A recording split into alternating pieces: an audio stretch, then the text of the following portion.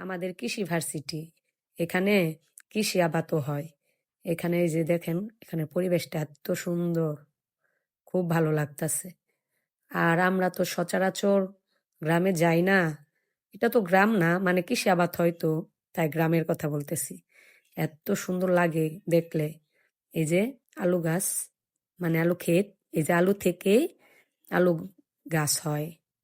এই যে আলুটা খুব সুন্দর লাগে দেখলে, ভালোই লাগে কৃষি আবাদ। এই যে সুপারি বাগান, সুপারি বাগানেও খুব ভালো দেখতে। সুপারি বাগানটাও ভালো লাগতেছে। এখন সুপারি বাগানে আইসা পড়লাম। এখানে আমি দাঁড়াইতে দাঁড়াইতে মানে 2-3টা সুপারি পড়ছে। এখানে সুপারিও আছে। এই যে দেখেন কত সুন্দর সুপারি বাগানটা, খুব সুন্দর লাগে দেখতে। এই যে বাগানের এখান দিয়ে সারি সারি সুপারি গাছ, খুব সুন্দর জায়গা। আমার কাছে খুব ভালো লাগে এসব পরিবেশ দেখলে। আপনাদের কেমন লাগে কমেন্টে জানাবেন। এই যে এখানে সরিষা ফুল, সরিষা ফুলের তো অভাব নাই। অনেক সরিষা ফুলের ক্ষেত এখানে।